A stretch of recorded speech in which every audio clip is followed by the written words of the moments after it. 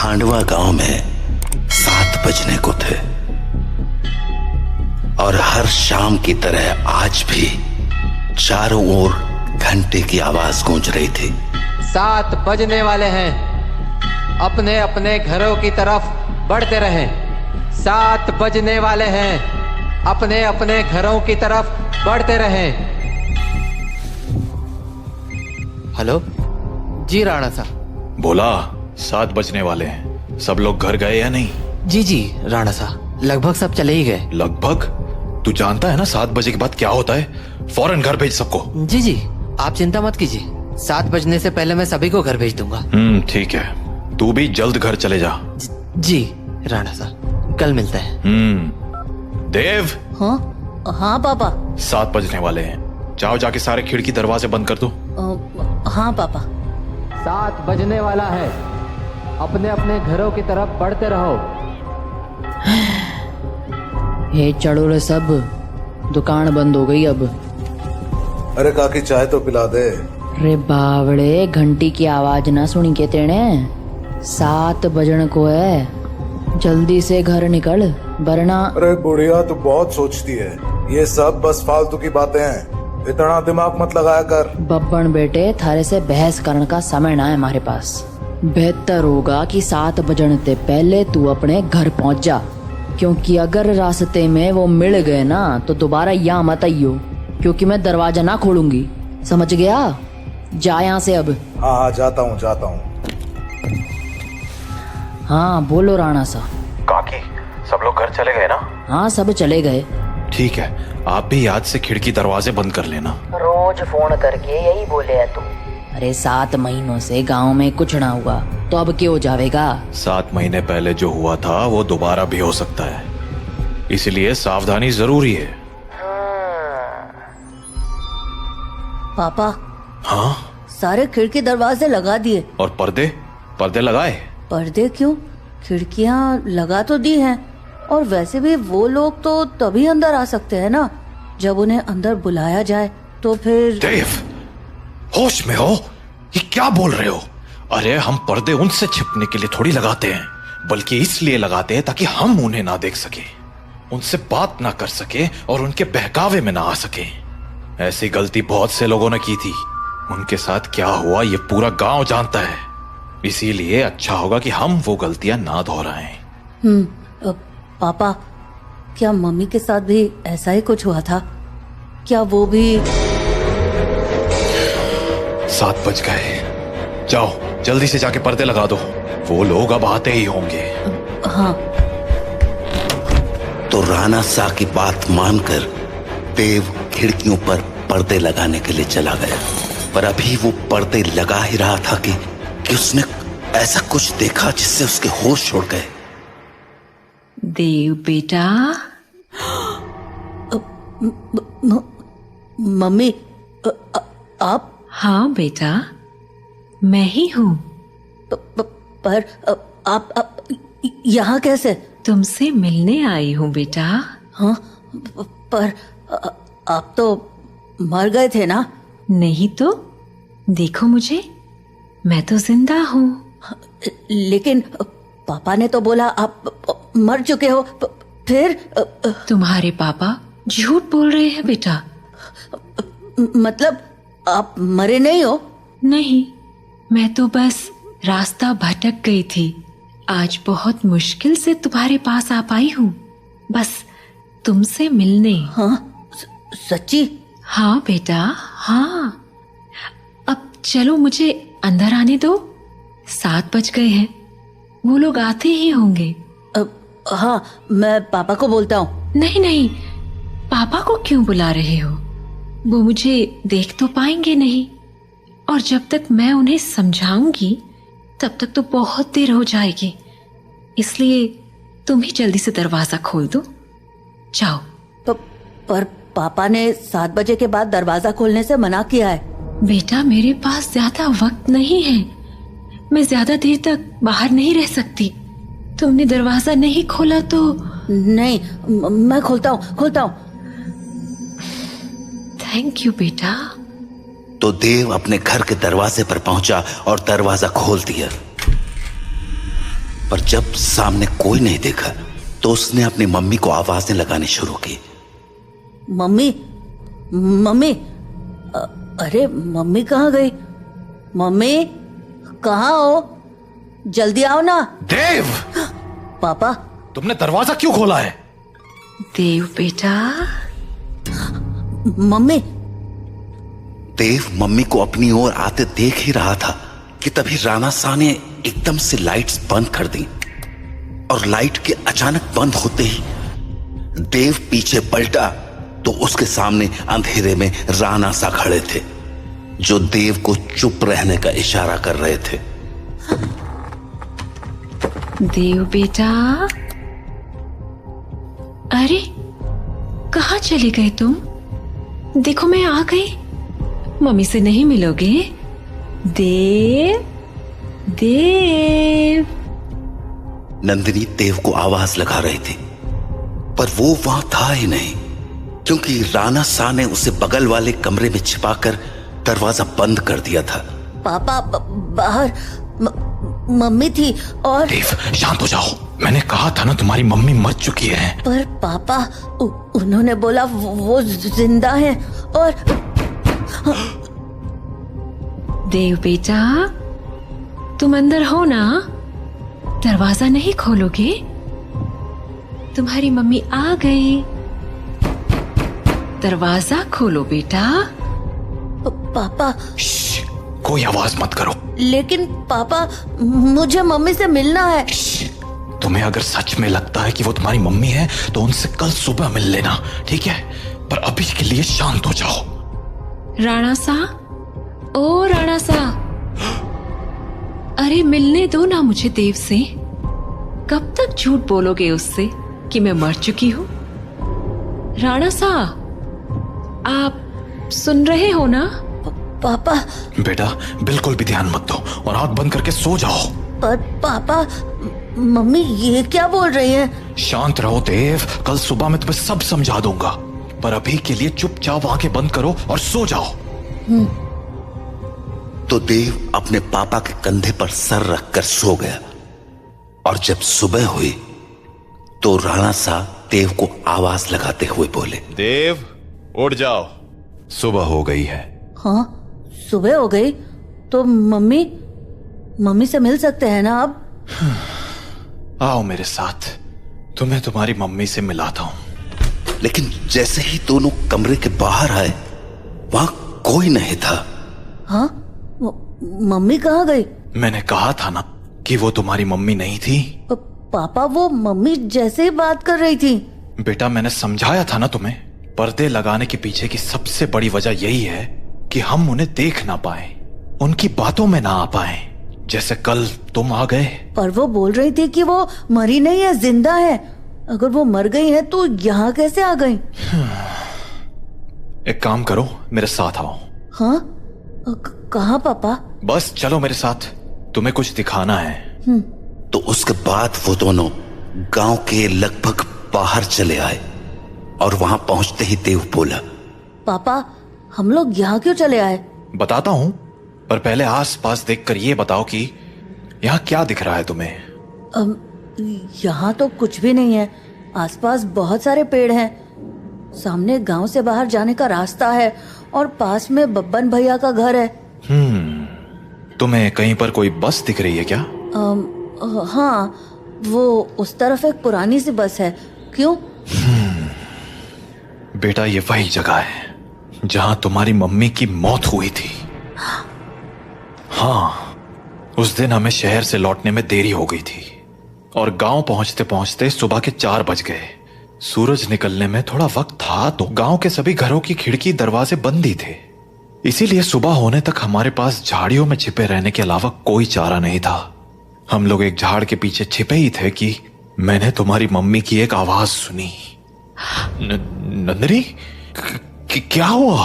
राणा साहब, उन्होंने हमें देख लिया है, हमें कहीं और जाना पड़ेगा। हाँ, पर कहाँ?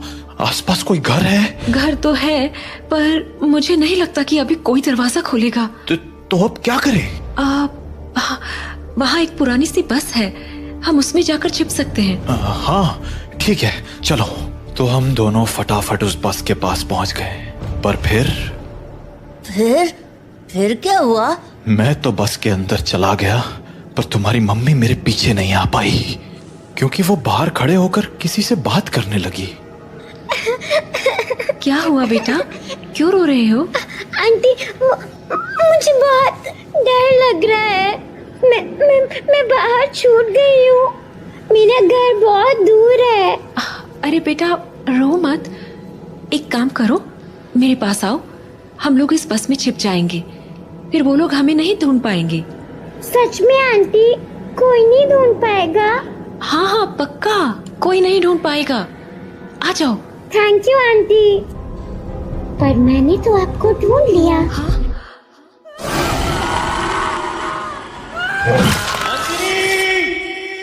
मैं नंदिनी को बचाने के लिए बस के बाहर जाने लगा, पर तब तक बहुत देर हो चुकी थी। बस को उन लोगों ने चारों तरफ से घेर लिया था। हेलो अंकल, बाहर आओ ना, खेलो हमारे साथ। और शायद मुझे देखकर हंसे जा रहे थे। हेलो अंकल, बाहर आओ ना, खेलो हमारे साथ। उन आवाजों को सुन मैं इतना घबरा गया कि अपनी जगह से हिल भी ना पाया। पर थोड़ी ही देर बाद वो आवाजें आनी बंद हो गईं और गांव के लोगों की आवाज सुनाई देने लगी। मैं समझ गया था कि सुबह हो चुकी थी, तो मैं बस के बाहर निकलकर तुम्हारी मम्मी को आवाज लगाने लगा।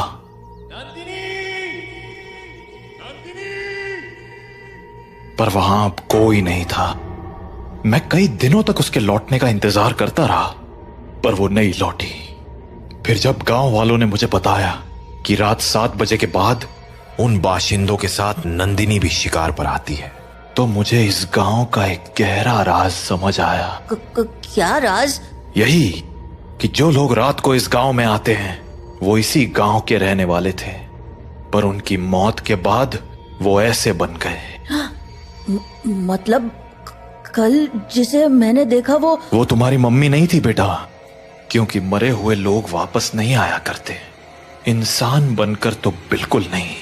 अपने पापा से बात करने के बाद देव के मन में बहुत सारी बातें चल रही थी और वो उन्हीं ख्यालों में खोया हुआ काकी की दुकान में बैठा हुआ था कि तभी हर तरफ से घंटे की आवाजें आना शुरू हो गईं। 7 बजने वाला है, अपने अपने घरों की तरफ बढ़ते रहो। चलो चलो, घंटा बज गया, निकलो अपने अपने घरों को। अरे बुढ़िया, तू फिर शुरू हो गई। बोला था ना ये सब फालतू की बातें। अरे बावड़े, दिमाग फिर गया है कि तारा?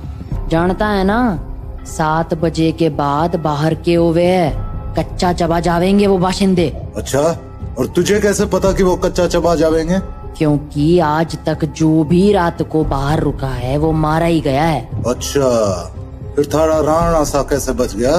हाँ, वो भी तो फंसा था ना रात को अपनी लुगाई के साथ। मैंने बोला ना, थारी फालतू बातें सुनने के लिए हमारे पास टेम ना है। जा निकल अब यहाँ से। हाँ, जाता हूँ। इतना कहकर बब्बन वहां से चला गया, पर बब्बन की बात ने देव का ध्यान जरूर खींच लिया था। तो वो भी अब ये सोचने लगा था कि उस रात उसकी मम्मी तो मर गई, पर पापा कैसे बच गए। वो ये सब बातें सोच ही रहा था कि तभी काकी बोली, अरे छोरे, हाँ? बात ना सुनी क्या तूने हमारी? बोला ना घर निकल। जी काकी। तो देव हड़बड़ाता हुआ काकी की दुकान से बाहर निकल आया। वो घर के लिए निकलने ही वाला था कि उसके मन में एक और ख्याल आया और वो सीधा बब्बन के पीछे चल पड़ा। बब्बन भैया! क्या हो गया छोरे, कहाँ भागा चला रहा है? वो मुझे ना आपसे एक बात पूछनी है। पूछ। वो अरे जल्दी बोल, पता है ना 7 बजने को है। तू घर नहीं पहुंचा तो थारा बाप सर पीट लेगा। वो आप वहाँ काकी को बोल रहे थे ना कि एक रात मेरे पापा और मम्मी बाहर रह गए थे और मम्मी को तो उन लोगों ने मार दिया था, पर पापा किसी तरह बच गए। तुम्हारे पास मारी ही बात दोहराने आया है के? जल्दी पूछना के पूछने है तने। नहीं, मैं ये बोल रहा था कि आपका भी घर उसी टूटी फूटी बस के पास है ना? हाँ तो आपने कुछ देखा था क्या? कमाल है, बाप अंधा कानून और बेटा सरलॉक। हाँ, देखा था, सब देखा था, कैसे उन बाशिंदों ने थारी माँ को नोच खाया था। खाना तो वो थारे बाप को भी चाहते थे, और थारा बाप साला बस में छिपा बैठा था, और वो लोग न जाने क्यों अंदर ना जा पा रहे थे। वो सारे लोग सूरज निकलने तक बस को घेरे खड़े थे। कोई बस को पीट रहा था तो कोई चीख रहा था, पर अंदर कोई ना जा पा रहा था। पर वो लोग घुस क्यों नहीं पा रहे थे? क्योंकि 7 बज गए, बातचीत का टाइम खत्म। अब चल हमारे साथ। नहीं, मैं घर जाता हूँ। रे बावले, अब घर जाने का मौका खत्म हो गया। आधे रास्ते में ही कोई ना कोई नोच खावेगा तुझे। चल अब हमारे साथ। तो बब्बन देव को लेकर अपने घर चला गया। वहीं राणा सा अपने घर में परेशान हुए जा रहे थे। ये देव कहाँ रह गया? अब तक घर क्यों नहीं आया? काकी को पूछता हूँ।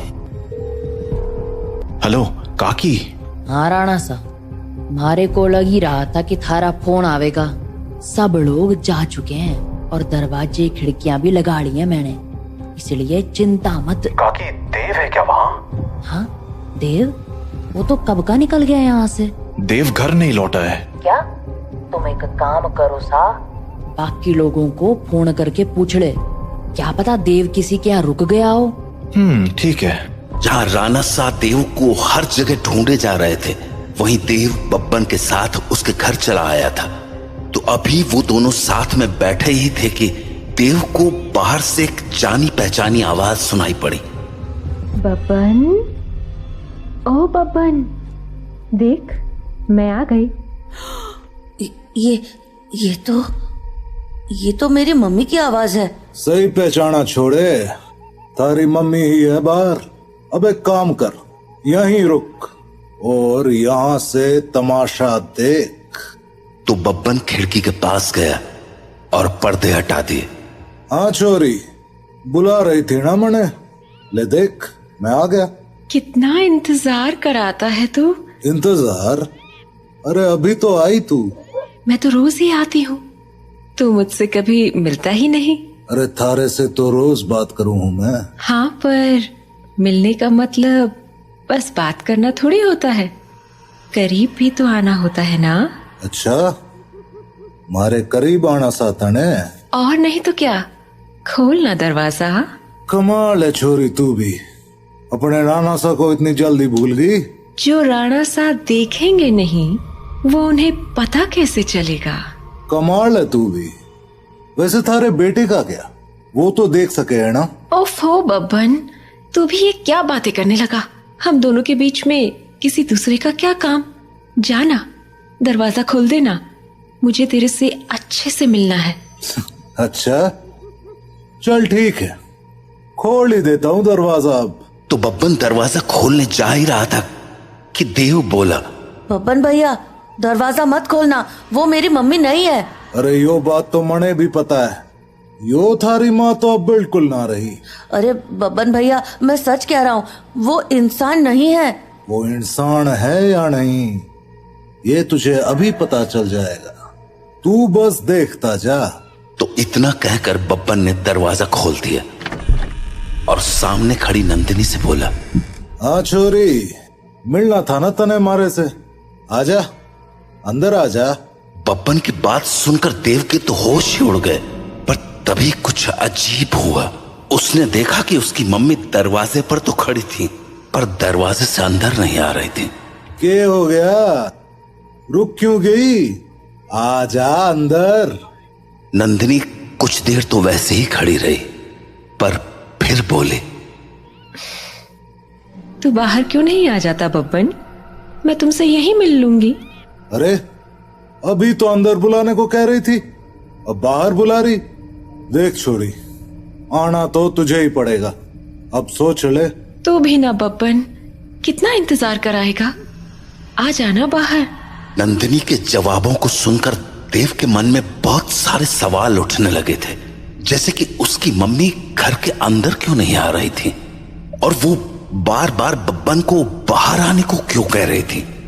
देव धीरे धीरे बब्बन के पास पहुंच गया, पर इससे पहले कि वो बब्बन से कुछ पूछता, उसे नंदिनी ने देख लिया और वो बोली, अरे बेटा देव, तुम भी यहाँ हो?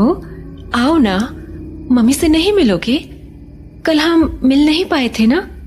आ जाओ, आज मिलते हैं। देखो, बाहर तुम्हारे साथ खेलने के लिए इतने सारे बच्चे भी हैं। हम खूब मजे करेंगे। आ जाओ बेटा। नंदिनी और उसके साथ उन बच्चों की टोली को देखकर देव को डर तो बहुत लगा, पर उसने नंदिनी की बातों पर ध्यान न देते हुए बब्बन से पूछा, बब्बन भैया, दरवाजा तो खुला है और आपने मम्मी को अंदर आने को भी बोल दिया है, फिर वो अंदर क्यों नहीं आ रही हैं? और ये बच्चे भी बाहर ही खड़े हैं, क्यों? समझदार लगे तू, सही सवाल पूछना जाने। हाँ, मतलब यो कि जिस रात मैंने थारी माँ को मरते हुए देखा, उस रात मैं भी यही सोच रहा था कि आखिर इन बाशिंदों ने थारे बाप को क्यों नहीं मारा, वो बस के अंदर क्यों ना गए।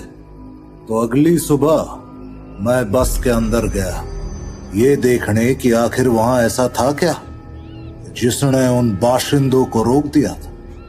पहले तो मुझे कुछ समझ नहीं आया, पर फिर मुझे जवाब मिल गया। क्या जवाब? वो देख। हाँ? यो है रुद्राक्ष की माला। यही वो चीज थी जिसने थारे बाप की जान बचाई थी। बस के अंदर यही लटकी हुई थी। मुझे इसके पीछे की वजह तो ना मालूम है, पर इतना जरूर पता है कि इस रुद्राक्ष की माला को दरवाजे पे टांग दो तो ये साले चाके भी घर के अंदर नहीं घुस पाएंगे। सच में? और नहीं तो के। तो आपको पक्का पता है कि ये इसी रुद्राक्ष के कारण अंदर नहीं आते हैं? रुद्राक्ष उतार के दिखाऊं? देखेगा क्या होता है? हाँ? नहीं नहीं नहीं।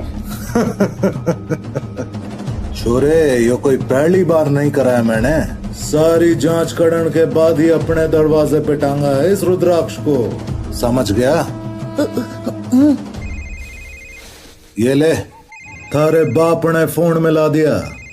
हेलो, हाँ राणा सा, हाँ हाँ, चिंता ना करो, थारा छोरा हमारे पास ही है और पूरी तरह सुरक्षित है। चलो, शुभ रात्रि।